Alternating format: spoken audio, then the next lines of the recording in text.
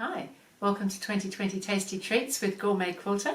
I'm Susan Clare, GourmetQuilter, and we're doing some applique at the moment. We're doing a whole series of dog appliques. There's a whole lot of them already up here behind me, having a wonderful time. And so this is a picture of all 20 that we're doing. And up here on the wall there's already 14. So we're up to applique number 15 at the moment. And I think they're all looking pretty amazing. So there's a pattern available through GourmetQuilter.com for the dog appliques, and the pattern comes out each day, so a different applique each day for 20 days with the video to show you what I'm doing. And the pattern shapes are all ready for tracing, everything's numbered so that you've got some idea of the order of placement. And so what we're doing here is this dog here. So I've done a lot of the positioning already. I needed to mark some lines that are all indicated here on the pattern for his legs and feet and things. And on his face I've marked around his mouth there and a couple of lines there. And I'm going to applique his eyes this time. We've got an ear hanging around under here. We've got another ear coming around down here. So nothing's ironed just yet, and I've got these eyes to complete. So I'm going to applique the eyes because they're quite large, relatively. So I think they're going to look a whole lot better once I get these little eye balls in. And this one goes over here, right on the edge, because it's just half of his eye showing, and already I think he's looking better. The nose is being appliqued as well. So I think he's looking pretty good. I think I've got everything marked that I need to. So I use my light box to help me mark things because it shines through. If I have all the lines drawn on my paper, on the fusible web paper, it helps a lot and I can mark things through. So I'm just going to iron everything in place now. Then I'm going to go to the machine and we're going to stitch this dog. And because I'm free motioning, I'm going to be putting a stabilizer behind. So I'm using a cotton batting as my stabilizer so that it all sews really nicely with the free motion. The machine's all set up for free motion. I've got a dark grey thread in. I've dropped my feed teeth. I've got a little open toe free motion foot on. And now we just need to decide where we want to stitch first. So I'm thinking I might go around the body first and do the head and the eyes last on this occasion. So I'm going to start here just below the ear and come around and do these feet and legs, and we'll come up and do the head a little bit later. So I'll just get started here. So when I'm free motioning, I just start with a couple of stitches on top of each other to lock it, and then I can just move on, and I'm just moving the fabric at a pace that I'm comfortable with and stitching around. So the stitch length will possibly vary a little bit because it depends a little bit how fast I'm moving, how fast the machine's going. So these lines I'm doing now are sort of between his toes. So I've drawn those on with a pencil using the light box to help me so that we can stitch those in place. And by stitching them double, apart from the fact that it's convenient, it does help them stand out as well.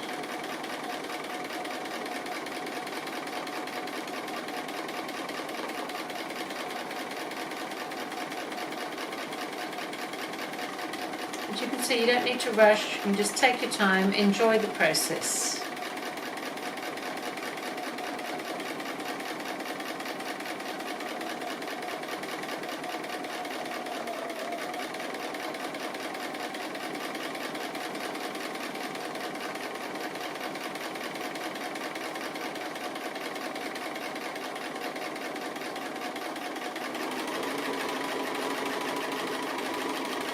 This comes up here to sort of indicate the side of his front leg there.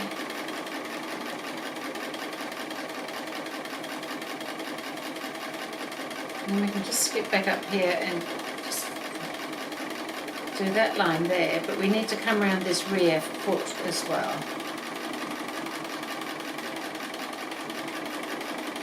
And the toes.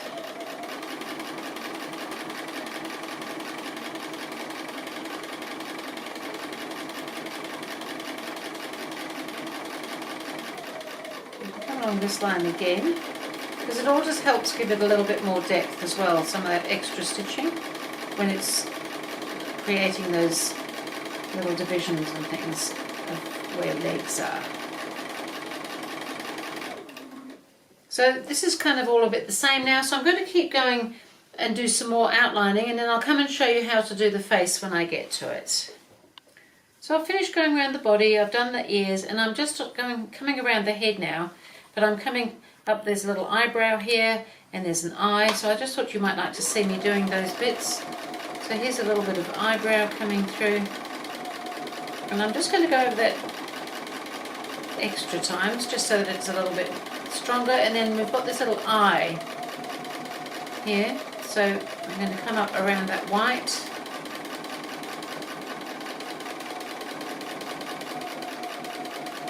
And then I'm just going to come around the dark eye centre as well.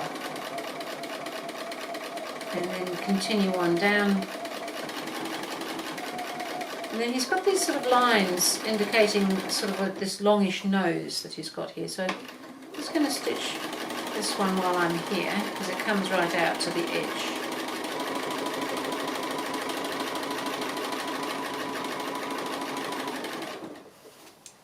And then I'll keep coming around the lower part here.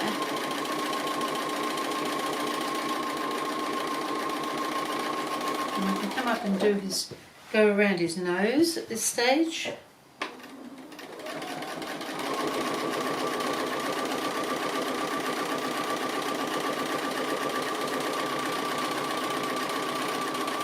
Come back down here, let's not forget to do this little bit under his mouth there.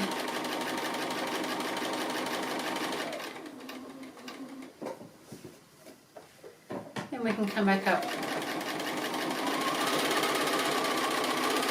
We'll have to finish off there. We've still got to do around this eye, this other little nose and another eyebrow. So I'll just, might as well keep going and do that, I think, so that we can see it all finished.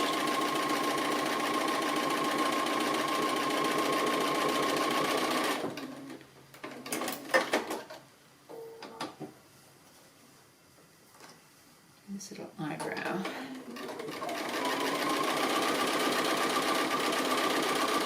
So I'm doing the eyebrow an extra couple of times just to give it extra definition.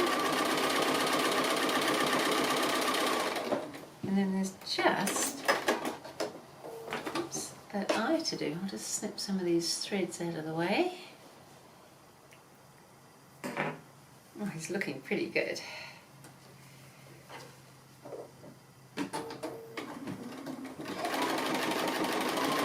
I'm going to go around the eye white first.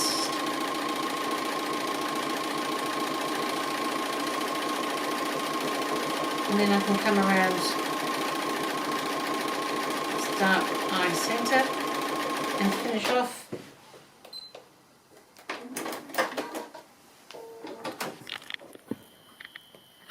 And there he is, I think, looking pretty amazing. So we'll just give him a quick press.